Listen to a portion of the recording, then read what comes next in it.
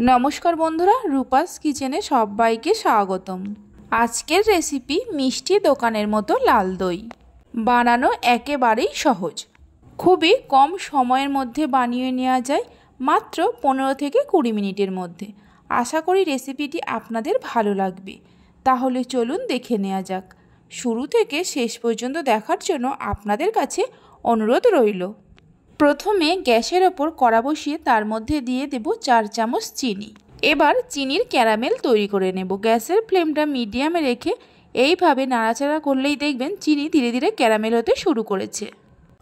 দেখুন চিনিটা গলতে শুরু করেছে। আরও 1-2 মিনিট নাড়তে থাকবো। আরও 1-2 মিনিট নাড়ার পর দেখুন চিনি ক্যারামেলে পরিণত হয়ে গেছে। এর থেকে আর বেশি লাল করব না, কারণ এর থেকে বেশি লাল করলে তেতো হতে পারে।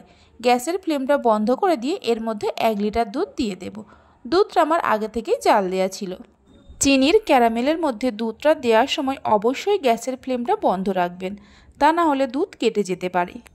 এবার গ্যাসের ফ্লেমটা জ্বালিয়ে দিয়ে চিনির ক্যারামেলের সঙ্গে দুধটাকে ভালো করে মিশিয়ে নেব গ্যাসের ফ্লেমটা মিডিয়ামে রেখে। চিনির ক্যারামেলের সঙ্গে দুধটাকে মিশিয়ে নেওয়ার পর এর মধ্যে দিয়ে দেব হাফ কাপ গুঁড়ো দুধ, ওজন হিসাবে 100 গ্রাম। গুঁড়ো দুধটাও লিকুইড দুধের সঙ্গে মিশিয়ে নেব, কোনো রকমের দলা না থাকে।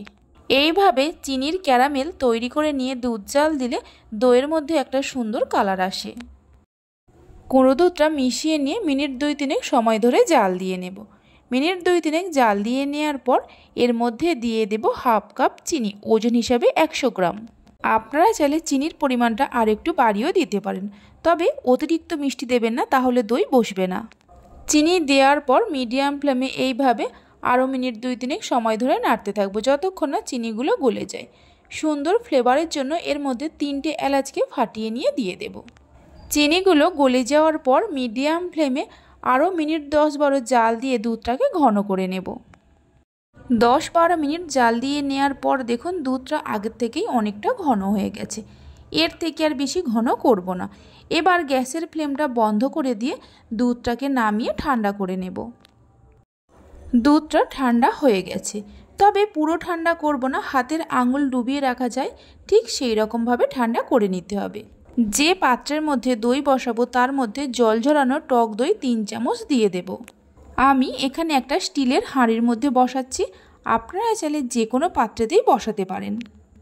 টক দইটা এই হাঁড়িটার চারিদিকে খুব ভালো করে এইভাবে লাগিয়ে নেব।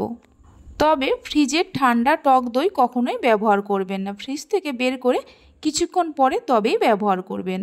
দইটা হাঁড়ির চারিদিকে লাগিয়ে নেওয়ার পর দুধটা এর মধ্যে ঢেলে দেব। দুধটা ঢেলে দেওয়ার পর একটা অ্যালুমিনিয়ামের ফয়েল দিয়ে এইভাবে ভালো করে কভার করে দেব। আপনাদের কাছে যদি অ্যালুমিনিয়াম ফয়েল না থাকে তাহলে যে কোনো স্টিলের ঢাকনা দিয়েও ঢেকে দিতে পারেন। এদিকে কড়াতে কিছুটা জল দিয়ে তার মধ্যে স্ট্যান্ড রেখে ঢাকা দিয়ে জলটা গরম করতে বসিয়ে দিয়েছিলাম। জলটা যখনই ফুটতে শুরু করবে স্ট্যান্ডের ওপরে হাঁড়িটাকে বসিয়ে দেব। ঢাকা দিয়ে 15 থেকে 20 মিনিটের জন্য রান্না করে নেব গ্যাসের ফ্লেমটা লো টু মিডিয়ামে রেখে। কড়ার মধ্যে যে একটা ছিদ্র আছে একটা লবঙ্গ দিয়ে বন্ধ করে দিচ্ছি, তাহলে ভেতরের হাওয়া আর বাইরে আসতে পারবে না। 20 মিনিট পর আপনাদের দেখাচ্ছি। 20 মিনিট পর ঢাকা খুলে গ্যাসের ফ্লেমটা বন্ধ করে দিয়ে এইভাবে কিছুক্ষণ রেখে ঠান্ডা করে নেব।